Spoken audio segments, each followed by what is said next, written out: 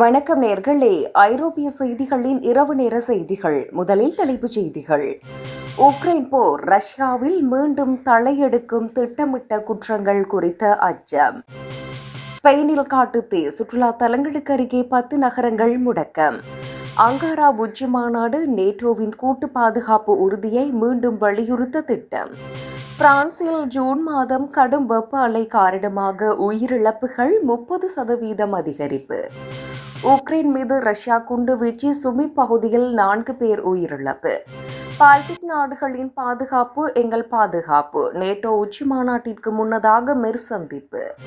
பிரிட்டனில் போக்குவரத்து விதிமீறல்களுக்கான அபராதங்கள் மற்றும் தடைகள் கடுமையாக்கப்பட்டுள்ளன. இனி விரிவான செய்திகள். உக்ரைன் மீதான ரஷ்யாவின் போரினால் அந்நாட்டில் குற்ற செயல்கள் மீண்டும் அதிகரிக்கக்கூடும் என்ற அச்சம் எழுந்துள்ளது.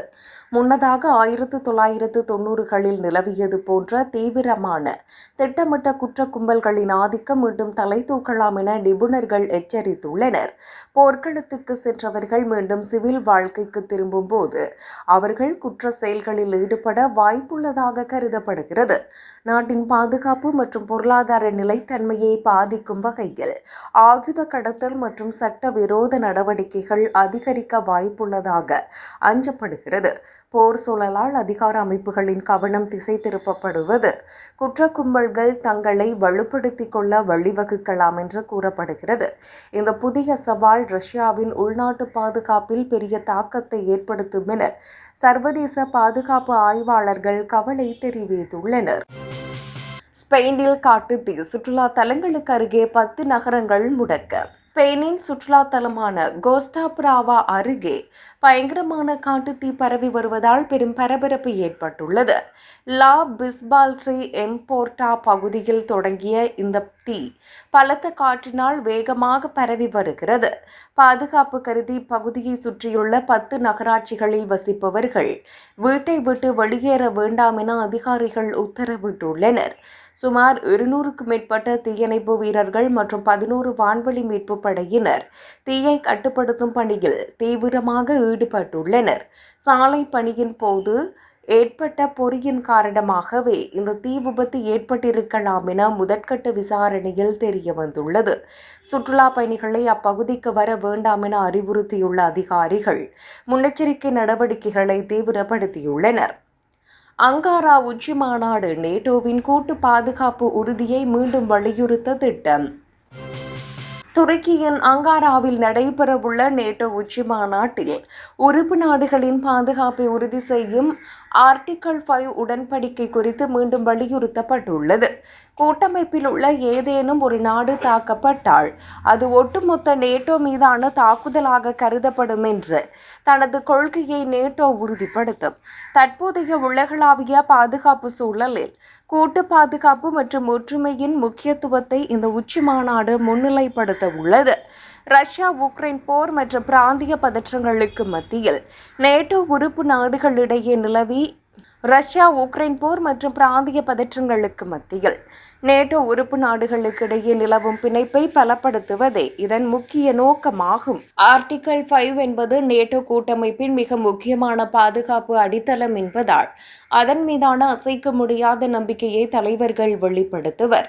இந்த உச்சி மாநாட்டின் மூலம் நேட்டோ நாடுகள் தங்களின் இராணுவ பலத்தையும் எந்தவொரு சவாலையும் எதிர்கொள்ளும் தயார் நிலையையும் உலகுக்கு பறைசாற்ற உள்ளன.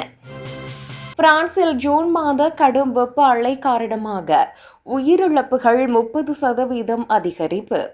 ஜூன் மாதம் பிரான்சில் நிலவிய கடும் வெப்ப அலை காரணமாக அந்நாட்டின் உயிரிழப்பு விகிதம் சுமார் 30% அதிகரித்துள்ளதாக அதிர்ச்சிகரமான தகவல் வெளியாகி உள்ளது. வழக்கத்தை விட மிக அதிக வெப்பநிலை பதிவானதால் முதியவர்கள் மற்றும் உடல்நல பாதிப்பு உள்ளவர்கள் அதிக அளவில் பாதிக்கப்பட்டுள்ளனர். இந்த வெப்ப அலையினால் ஏற்பட்ட உயிரிழப்புகள் பொது சுகாதார கட்டமைப்பிற்கு பெரும் சவாலாக மாறியுள்ளதாக அந்நாட்டு சுகாதார துறை தெரிவித்துள்ளது. காலநிலை மாற்றத்தின் தீவிர விளைவாக இத்தகைய தீவிர வெப்பம் ஏற்படுவதாக வானிலை ஆய்வாளர்கள் எச்சரித்துள்ளனர். உயிரிழப்புகளை குறைக்க முன்னெச்சரிக்கை நடவடிக்கைகளை துரிதப்படுத்துமாறு பொதுமக்களுக்கு பாதுகாப்பு ஆலோசனைகளையும் அரசு வழங்கியுள்ளது.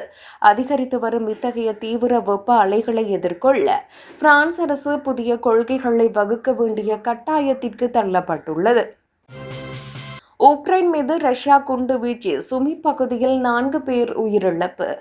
உக்ரைனின் சுமி பகுதியில் ரஷ்யா நடத்திய வான்வழி தாக்குதலில் குறைந்தது 4 பேர் பரிதாபமாக உயிரிழந்துள்ளனர். குடியிருப்புகளை குறிவைத்து நடத்தப்பட்ட இந்த தாக்குதலில் அப்பாவி பொதுமக்கள் பலர் படுகாயமடைந்து மருத்துவமனையில் அனுமதிக்கப்பட்டுள்ளனர். சுமி மட்டுமின்றி உக்ரைனின் பிற பகுதிகளிலும் ரஷ்யா தொடர் தாக்குதல்களை நடத்தி வருவதாக அந்நாட்டு அதிகாரிகள் தெரிவித்துள்ளனர். இந்த தாக்குதலால் கட்டிடங்கள் இடிந்து தரைமட்டமானதோடு அப்பகுதியில் பெரும் சேதம் ஏற்பட்டுள்ளது. போர் நீடித்து வரும் நிலையில் உக்ரைனின் உள்கட்டமைப்புகளை இலக்கு வைத்து ரஷ்யா தனது தாக்குதல்களை தீவிரப்படுத்தியுள்ளது. உயிரிழப்புகளை தொடர்ந்து பாதிக்கப்பட்ட பகுதிகளில் மீட்பு பணிகள் தீவிரமாக நடைபெற்று வருகின்றன. பால்டிக் நாடுகளின் பாதுகாப்பு எங்கள் பாதுகாப்பு. நேட்டோ உச்சி மாநாட்டிற்கு முன்னதாக மெர்ஸ் சந்திப்பு. நேட்டோ உச்சி மாநாட்டிற்கு முன்னதாக ஜெர்மனியின் எதிர்க்கட்சி தலைவர் ஃபிரெடரிக் மெர்ஸ் பால்டிக் நாடுகளின் தலைவர்களை சந்தித்து பேச்சுவார்த்தை நடத்தினார். பால்டிக் நாடுகளின் பாதுகாப்பு என்பது எங்கள் பாதுகாப்பாகும் என அவர் உறுதியளித்து பிராந்திய ஒற்றுமையை வலியுறுத்தினார்.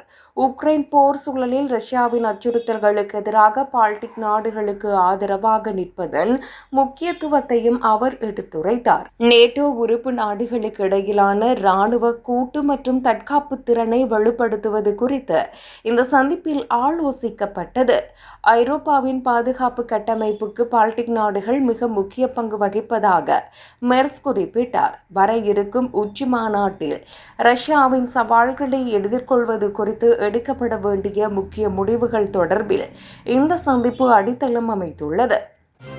பிரிட்டனில் போக்குவரத்து விதிமீறல்களுக்கான அபராதங்கள் மற்றும் தடைகள் கடுமையாக்கப்பட்டுள்ளன.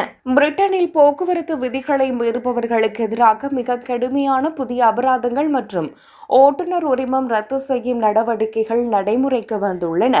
சாலை பாதுகாப்பு மற்றும் விபத்துகளை குறைப்பதை நோக்கமாக கொண்டு தற்போதுள்ள சட்டங்கள் மிகவும் இறுக்கப்பட்டுள்ளன.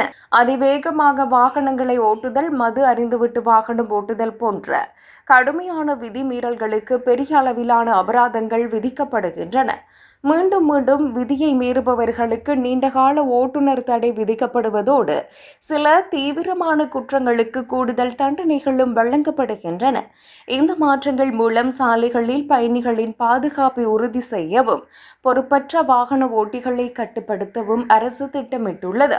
வாகன ஓட்டிகள் அனைவரும் புதிய விதிமுறைகளை பின்பற்றி பாதுகாப்பான பயணத்தை மேற்கொள்ளுமாறு போக்குவரத்து துறை அதிகாரிகள் வலியுறுத்தியுள்ளனர்.